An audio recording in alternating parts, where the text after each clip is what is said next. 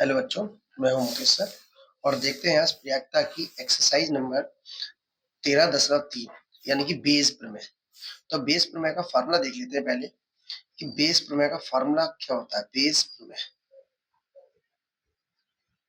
प्रमेय देखिए, फार्मूला होता है probability of E I upon A equal probability of E I into probability of A upon E I upon probability of E J probability of A upon E J, जहां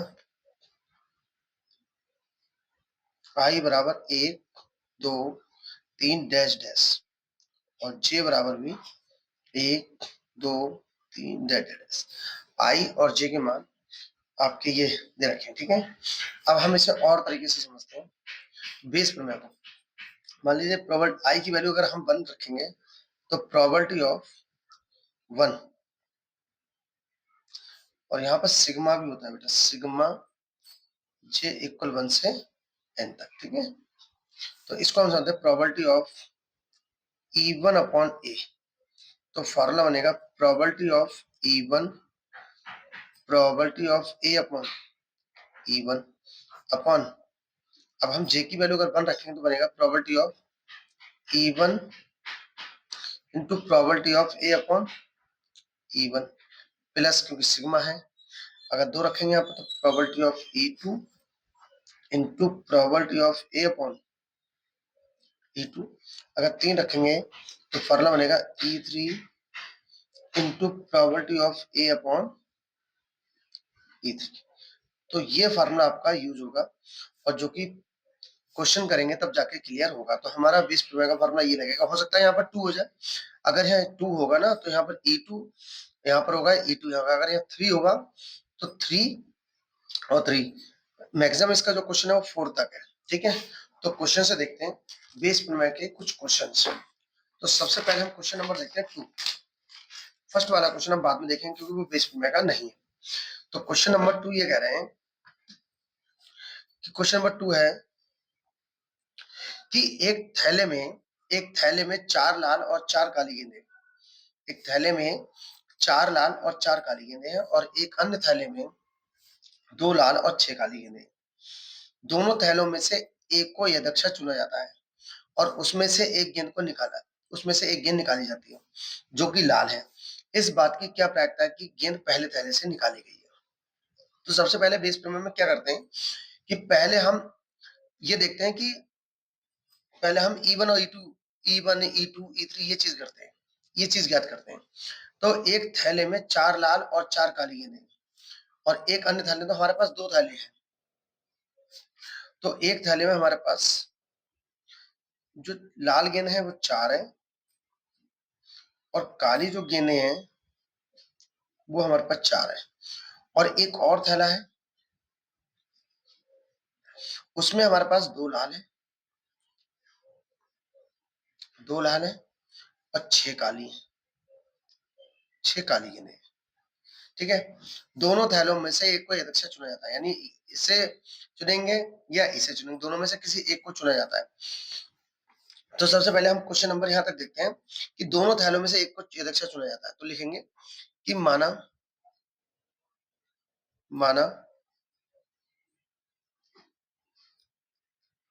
प्रथम थैले को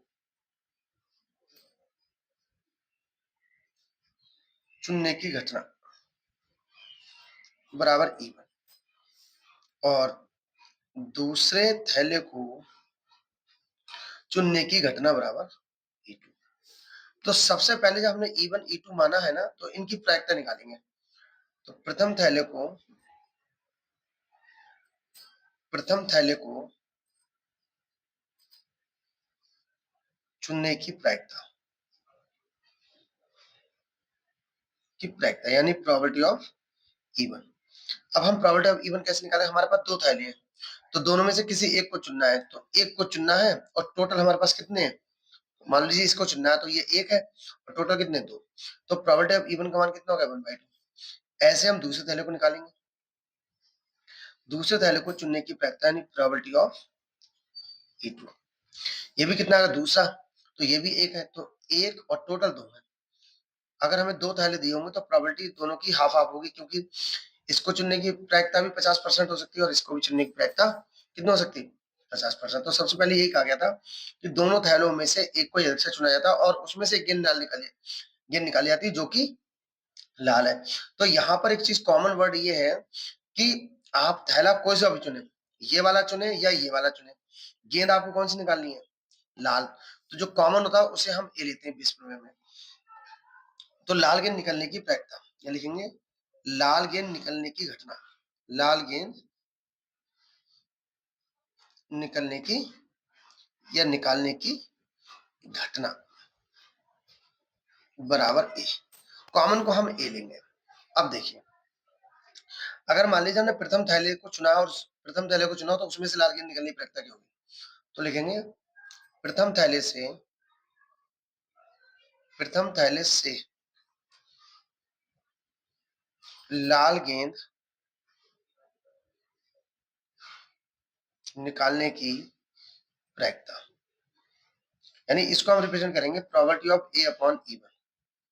कैसे, हम प्रथम थैले से निकाल रहे हैं जो कि हमें ज्ञात है और कौन सी गेंद की प्रायिकता निकालना है ए की, तो उसे हम ए लेंगे। तो प्रथम थैले में लाल गेंद है कितनी 4, टोटल कितनी है 8, तो 4/8। अब अगर मान लीजिए हमने दूसरा चुना तो दूसरे थैले से लाल गेंद निकलने की प्रायिकता यानी प्रोबेबिलिटी ऑफ, इसको E2 ए अपॉन E2 कहेंगे, क्योंकि हमें ये पता है कि दूसरे से निकालना है लेकिन कौन से निकालना है लाल। तो दूसरे थैले में लाल 2 है और टोटल कितनी है 8। अब वो ये कह रहा है इस बात की क्या प्रायिकता है कि गेंद पहले थैले से निकली है, तो इसकी प्रायिकता मांग रहा है E1 की मांग रहा है कि गेंद प्रथम थैले से निकली है। अगर E1 E2 में से किसी की भी प्रायिकता पूछी जाए तभी ये बेज है। तो हमसे पूछा जा रहा है प्रोबेबिलिटी ऑफ E1 अपॉन ए, यानी प्रथम थैले से लाल गेंद निकली है, इस बात की लाल गेंद प्रथम थैले से निकलने की प्रायिकता, लाल गेंद प्रथम थैले से निकालने की प्रायिकता, प्रोबेबिलिटी ऑफ E1 अपॉन ए पूछ रहा है। अब हम लगाते हैं बेस प्रमेय से, लिखेंगे बेस प्रमेय से। तो बेस प्रमेय क्या है, हमसे E1 अपॉन ए पूछा है तो प्रोबेबिलिटी ऑफ E1 अपॉन ए, तो फॉर्मूला बनेगा probability of E1 into probability of A upon E1 upon probability of E1 into probability of A upon E1 plus probability of E2 into probability of A upon E2। Value लगाते हैं, probability of E1 की value हमारे पास 4/8 और ए upon probability of E1 की जो value हमारे पास 1/2 into probability of A upon E1 की value है 4/8 अपॉन E1 की वैल्यू है 1/2 और इसकी है 4/8 प्लस प्रोबेबिलिटी ऑफ E2 की वैल्यू 1/2 और ए अपॉन E2 की वैल्यू 2/8। अगर आप यहाँ पर देखें तो 4/16 और 16 हो जाएगा तो 4/16 प्लस 2/16, तो 16 कॉमन होके कैंसिल हो जाएगा, तो यहाँ पर ऊपर आएगा 4 और 4 और 2 कितना हो जाएगा 6, यानी जो आंसर आएगा वो आएगा हमारा 2/3। ये था हमारा। एक और क्वेश्चन देखते हैं, क्वेश्चन नंबर 3। क्वेश्चन नंबर 3 ये कह रहा है कि यह ज्ञात है कि एक महाविद्यालय के छात्रों में 60% छात्रावास में रहते हैं और 40% छात्रावास में नहीं रहते हैं। तो यहाँ पर दो कैटेगरी है, कुछ बच्चे ऐसे हैं जो छात्रावास में रहते हैं और कुछ बच्चे छात्रावास में नहीं रहते हैं। पूर्ववर्ती वर्ष के परिणाम सूचित करते हैं कि छात्रावास में रहने वाले छात्रों में से 30% और छात्रावास में न रहने वाले छात्रों ने 20% छात्रों ने ए ग्रेड लिया। यानी ये तय है कि चाहे वो छात्रावास में रहता हो या छात्रावास में न रहता हो, लेकिन उसने कौन सा ग्रेड लिया है, ए ग्रेड। तो ये कॉमन हो गया हमारे लिए। वर्ष के अंत में महाविद्यालय के एक छात्र को यह अध्यक्ष चुना गया है और यह पाया गया कि उसे ए ग्रेड मिला है, ए ग्रेड मिला है, इस बात की क्या प्रायिकता है कि वह छात्रावास में रहने वाला है? वो ये भी कह सकता है कि इस बात की क्या प्रायिकता है कि छात्रावास में रहने वाला नहीं है। तो सबसे पहले तो यहां लिखेंगे कि माना छात्रावास में छात्रावास में रहने की घटना, छात्रावास में छात्र के रहने की घटना, छात्रावास में छात्रावास में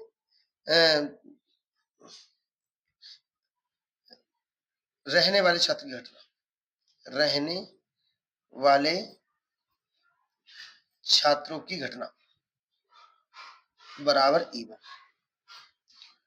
छात्रावास में न रहने वाले छात्रों की घटना कितनी हो जाएगी? E2। तो और कॉमन क्या है कि चाहे वो छात्रावास में रहता हो या न रहता हो, उसने ए ग्रेड लिया है, तो ए ग्रेड लेने की घटना, लेने की घटना बराबर ए, ये कॉमन है। अब हम लिखें छात्रावास में रहने वाले छात्रों की प्रायिकता, छात्रावास में रहने वाले छात्रों की प्रायिकता, छात्रों की प्रायिकता यानी प्रोबेबिलिटी ऑफ E1, यानी कि छात्रावास में रहने वाले कितने हमारे पास 60%, यानी 60%, या यूं कह सकते हैं 60/100। छात्रावास में न रहने वाले छात्रों की प्रायिकता यानी कितने परसेंट छात्रावास में नहीं रहते हैं, वो है सर 40%, 40%, यानी 40/100। अब वो ये कह रहे हैं नहीं रहते हैं, वर्ष के पूर्ववर्ती वर्ष के परिणाम सूचित करते हैं कि छात्रावास में रहने वाले छात्रों में से 30% और छात्रावास में न रहने वाले छात्रों में से 20% छात्रों ने ए ग्रेड लिया है। तो देखिए ए ग्रेड लिया है। छात्रावास में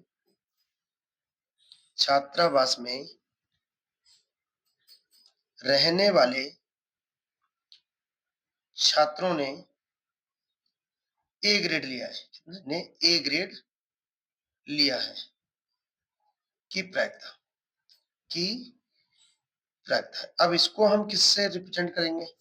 इसको करेंगे probability of A upon E1। अब हमें ये तो पता है ना कि छात्रावास में रहने वाले छात्रों ने किस लिया है, छात्रावास में रहने वाले छात्रों ने ए ग्रेड लिया है की प्रायिकता, यानी कि प्रोबेबिलिटी ऑफ ए अपॉन ई, और प्रोबेबिलिटी ऑफ ए अपॉन ई कितना है हमारे पास 30%, और छात्रावास में न रहने वाले 20%, तो ये हो गया 30%, यानी कि 30/100।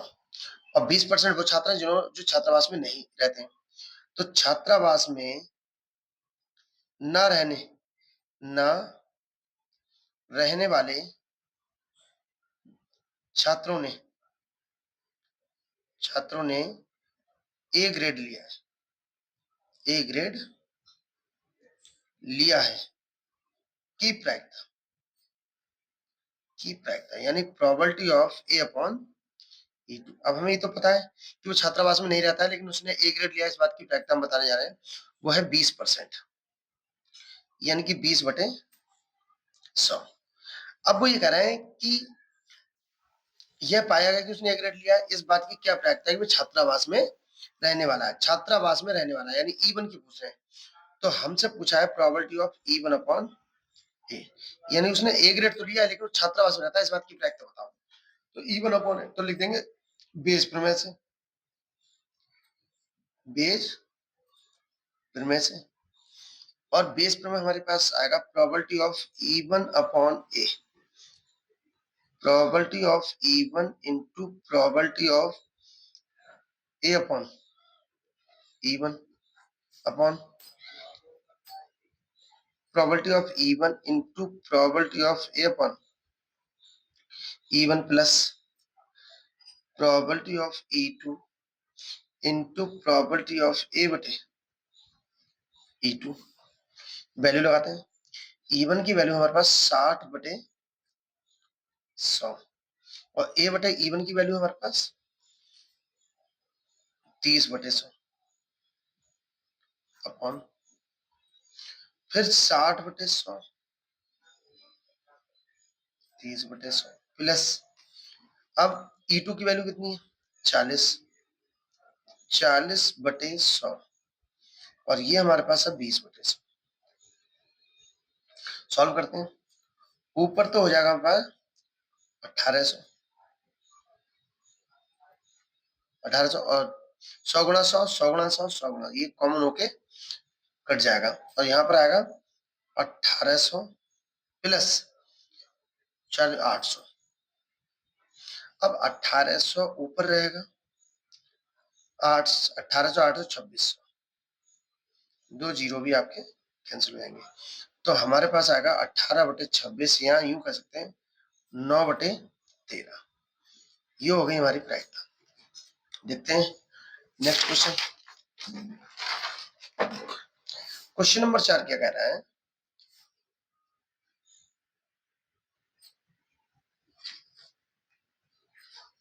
ये कह रहे हैं क्वेश्चन नंबर 4 में कह रहे हैं एक बहुविकल्पीय प्रश्न का उत्तर देने में एक विद्यार्थी या तो प्रश्न का उत्तर जानता है या वह अनुमान लगाता है मान ले कि उसके उत्तर जानने की प्रायिकता इतनी है और उत्तर और अनुमान लगाने की प्रायिकता इतनी है। तो इस बात में यह है कि बहुविकल्पीय प्रश्न है या तो प्रश्न का उत्तर जानता है या वह अनुमान लगाता है। तो दो चीज हो गई या तो उत्तर जानता है तो इसके लिए घटना इवन ले लेंगे उत्तर अनुमान लगाता तो इसके लिए घटना क्या ले लेंगे। ठीक है आगे देखते हैं। मान ले कि छात्र के प्रश्न के उत्तर का अनुमान लगाने पर सही उत्तर देने की प्रायिकता कितनी जाएगी 1/4। मान लें कि छात्र के प्रश्न के उत्तर का अनुमान लगाने पर सही उत्तर लगाने की प्रायिकता कितनी है 1/4। तो इस बात की क्या प्रायिकता है कि कोई छात्र प्रश्न का उत्तर जानता है यदि यह ज्ञात है तो उसने सही उत्तर दिया है इस बात की प्रायिकता होती है। ठीक है तो लिखेंगे कि माना उत्तर जानने की घटना माना उत्तर जानने की घटना E1 और अनुमान लगाने की घटना अनुमान लगाने की घटना E2।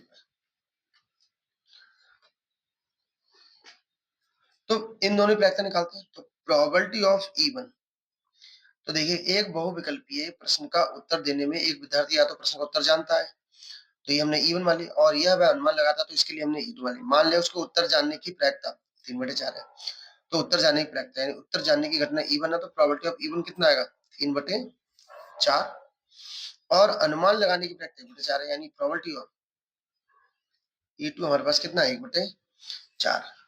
अब वो कह रहे हैं मान ले कि छात्र के प्रश्न के उत्तर का अनुमान लगाने पर सही उत्तर लगाने की प्रायिकता 1/4 है। तो सही उत्तर लगाने की प्रायिकता यानी अनुमान लगाकर तो इसमें एक चीज कॉमन हो गई उत्तर वो सही दे रहा है तो सही उत्तर देने की घटना सही उत्तर जानने की घटना बराबर ए जानने की घटना बराबर ए। अब ये कह रहे हैं मान लें कि छात्र के प्रश्न के उत्तर का अनुमान लगाने पर सही उत्तर तो अनुमान लगाने पर लिखेंगे अनुमान लगाने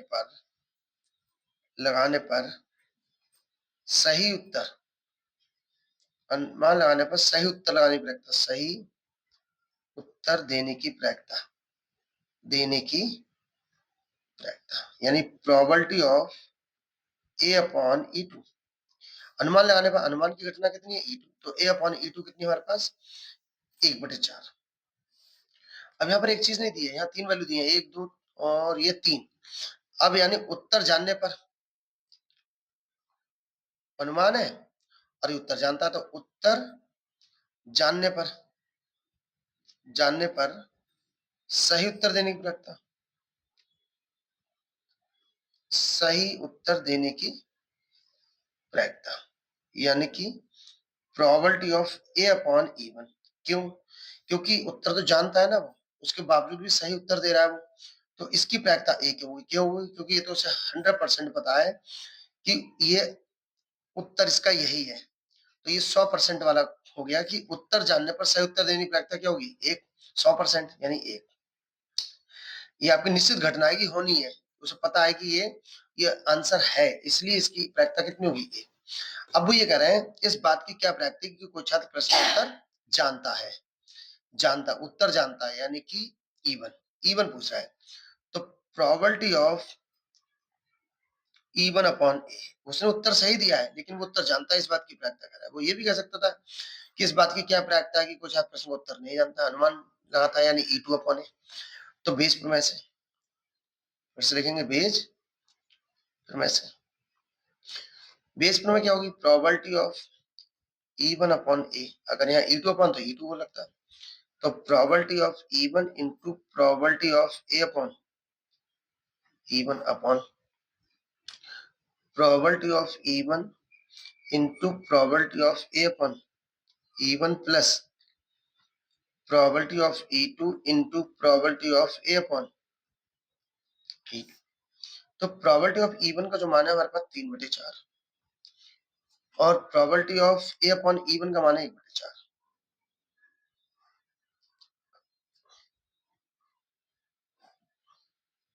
ए अपॉन E1 का मान 1 है, कितना 1।